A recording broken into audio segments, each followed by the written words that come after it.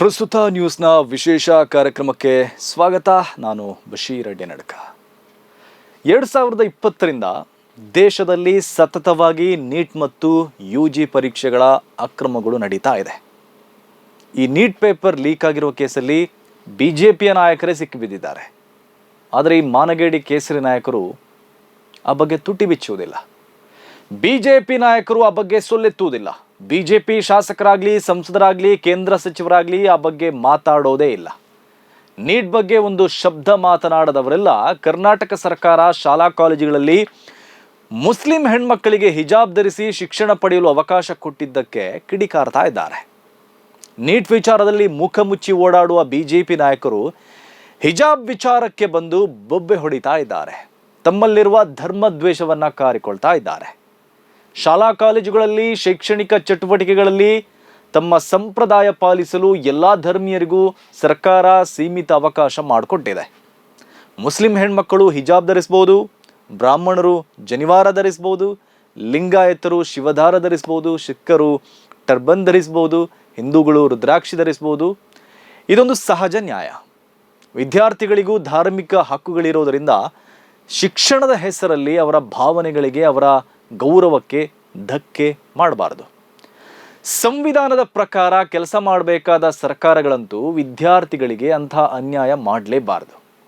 ಹಾಗಾಗಿ ಕರ್ನಾಟಕದ ಸರ್ಕಾರದ ಪರಿಷ್ಕೃತ ಆದೇಶದಲ್ಲಿ ವಿವಾದ ಆಗುವಂಥದ್ದೇನೂ ಇಲ್ಲ. ಅದನ್ನು ಪ್ರಶ್ನೆ ಮಾಡೋದೇ ಅನಾವಶ್ಯಕ. ಆದರೂ ಕೇಸರಿ ಪಡೆ ಹಿಜಾಬಿಗೆ ಅವಕಾಶ ಮಾಡಿಕೊಟ್ಟಿದ್ದಕ್ಕೆ ಆಕಾಶ ಭೂಮಿಯನ್ನು ಒಂದು ಮಾಡ್ತಾ ಇದ್ದಾರೆ. ಗೋಧಿ ಮೀಡಿಯಾಗಳು ಕೂಡ ಅವರ ತಾಳಕ್ಕೆ ತಕ್ಕಂತೆ ಕುಣಿತಾ ಇದೆ. ಈ ಗೋಧಿ ಮೀಡಿಯಾಗಳು ಹಿಜಾಬ್ ವಿಚಾರದಲ್ಲಿ ಯಾರಿಂದೆಲ್ಲ ಪ್ರತಿಕ್ರಿಯೆ ತೆಗೆದುಕೊಳ್ತಾ ಇದೆ ಅಂತ ನೋಡಿ.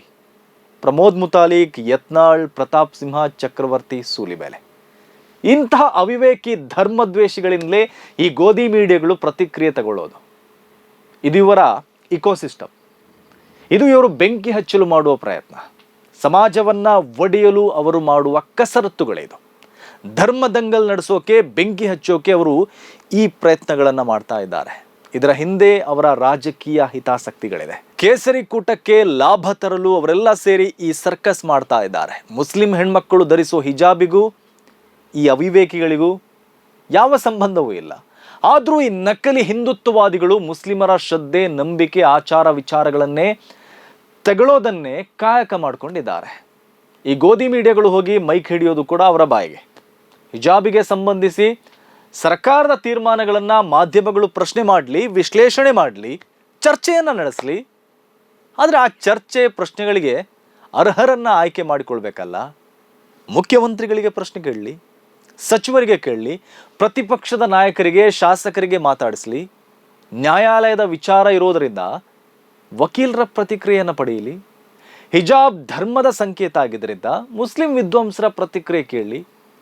ಅದು ಬಿಟ್ಟು ಅವಿವೇಕಿಗಳಾದ ಧರ್ಮದ್ವೇಷಿಗಳನ್ನೇ ಈ ವಿಚಾರದಲ್ಲಿ ಮಾತಾಡಿಸ್ತಾ ಇದ್ರೆ ಇದರ ಹಿಂದೆ ದುರುದ್ದೇಶವೇ ಇರುತ್ತೆ. ಸಮಾಜವನ್ನು ಒಡೆಯುವ ಸಂಚು ಇದೆ ಅನ್ನೋದು ಇದರಿಂದ ನಮಗೆ ಅರ್ಥ ಆಗತ್ತೆ. ಹಿಜಾಬ್ ಬಗ್ಗೆ ಮಾತಾಡೋಕೆ ಈ ಮುತಾಲಿಕ್, ಸೂಲಿಬೆಲೆ ಎಲ್ಲ ಯಾರ್ರೀ? ಹಿಜಾಬಿಗೂ ಆ ಯತ್ನಾಳ್, ಮುತಾಲಿಕ್, ಸೂಲಿಬೆಲೆ, ಪ್ರತಾಪ್ ಸಿಂಹನಿಗೆ ಯಾವ ಸಂಬಂಧ ಇದೆ ರೀ? ಯತ್ನಾಳ್ರ ಮನೆಯವರಾಗಲಿ, ಪ್ರತಾಪ್ ಸಿಂಹನ ಮನೆಯವರು ಏನು ಹಿಜಾಬ್ ಧರಿಸ್ತಾರಾ? ಸೂಲಿಬೆಲೆ ಏನು ಮುಸ್ಲಿಂ ಸ್ಕಾಲರ? ಮುತಾಲಿಕ್ ಏನು ಮುಸ್ಲಿಂ ಹೆಣ್ಮಕ್ಕಳನ್ನ ದತ್ತು ತಗೊಂಡಿದ್ದಾರಾ? ಮತ್ತ್ಯಾಕೆ ಹಿಜಾಬ್ ವಿಚಾರದಲ್ಲಿ ಅವರನ್ನು ಮಾತಾಡಿಸ್ತೀರಿ? ಕಾನೂನು, ಸಂವಿಧಾನದ ಬಗ್ಗೆ ಮಾತಾಡೋಕೆ ಈ ಅವಿವೇಕಿಗಳಿಗೆ ಕಾನೂನು ಏನಿದೆ ಅಂತ ಗೊತ್ತಿಲ್ಲ, ಸಂವಿಧಾನದ ಆಶಯ ಇವರಿಗೆ ಅರ್ಥ ಆಗಲ್ಲ. ಅಸಲಿಗೆ ಇವರೆಲ್ಲ ಸಂವಿಧಾನದ ವಿರೋಧಿಗಳು. ಪ್ರತಾಪ್ ಸಿಂಹ ಎಂಬ ನಿರುದ್ಯೋಗಿ ರಾಜಕಾರಣಿಗೆ ಮತ್ತು ಪ್ರಮೋದ್ ಮುತಾಲಿಕ್ ಎಂಬ ಪಿಶಾಚಿಗೆ, ಸೂಲಿಬೆಲೆ ಎಂಬ ಅರೆಹುಚ್ಚನಿಗೆ, ಯತ್ನಾಳ್ ಎಂಬ ಅವಿವೇಕಿಗೆ ಈಗ ಮಾಡೋಕೆ ಬೇರೆ ಕೆಲಸಗಳೇನಿಲ್ಲ. ಹಾಗಾಗಿ ಇವರೆಲ್ಲ ಹಿಜಾಬ್ ವಿಚಾರದಲ್ಲಿ ಸಂಘರ್ಷ ಸೃಷ್ಟಿ ಮಾಡಿ ಸಮಾಜವನ್ನು ಒಡೆಯೋಕೆ ನಿಂತಿದ್ದಾರೆ. ಇಬ್ಬರು ಕೂಡ ಬೇಕಾಬಿಟ್ಟಿ ಹೇಳಿಕೆಯನ್ನು ಕೊಡ್ತಾ ಇದ್ದಾರೆ. ಇವರ ವಾದಗಳಲ್ಲಿ ಲಾಜಿಕ್ ಅನ್ನೋದಿರಲ್ಲ. ಸಮವಸ್ತ್ರ, ಸಮಾನತೆ, ಏಕತೆ ಅಂತ ರೀಲ್ ಬಿಡುವ ಇವರೆಲ್ಲ ಮುಸ್ಲಿಮರ ಸಂಪ್ರದಾಯಗಳನ್ನು ಹೊರತುಪಡಿಸಿ ಉಳಿದೆಲ್ಲ ಸಂಪ್ರದಾಯಗಳಿಗೆ ಶಾಲಾ ಕಾಲೇಜುಗಳಲ್ಲಿ ಅವಕಾಶವನ್ನು ಕೊಟ್ಟರೆ ಅದನ್ನು ಸಮರ್ಥಿಸ್ತಾರೆ. ಅದೆಷ್ಟೋ ಶಾಲಾ ಕಾಲೇಜುಗಳಲ್ಲಿ ಧರ್ಮ ದೇವರುಗಳ ಆಚರಣೆ ನಡೀತಾ ಇದೆ, ಹಬ್ಬಗಳ ಆಚರಣೆ ನಡೀತಾ ಇದೆ, ಪೂಜೆ ಪುರಸ್ಕಾರಗಳು ನಡೆಯುತ್ತೆ. ಅದ್ಯಾವುದಕ್ಕೂ ಇವರ ವಿರೋಧ ಇಲ್ಲ. ಆದರೆ ಮುಸ್ಲಿಂ ಹೆಣ್ಮಕ್ಕಳ ಒಂದು ತುಂಡು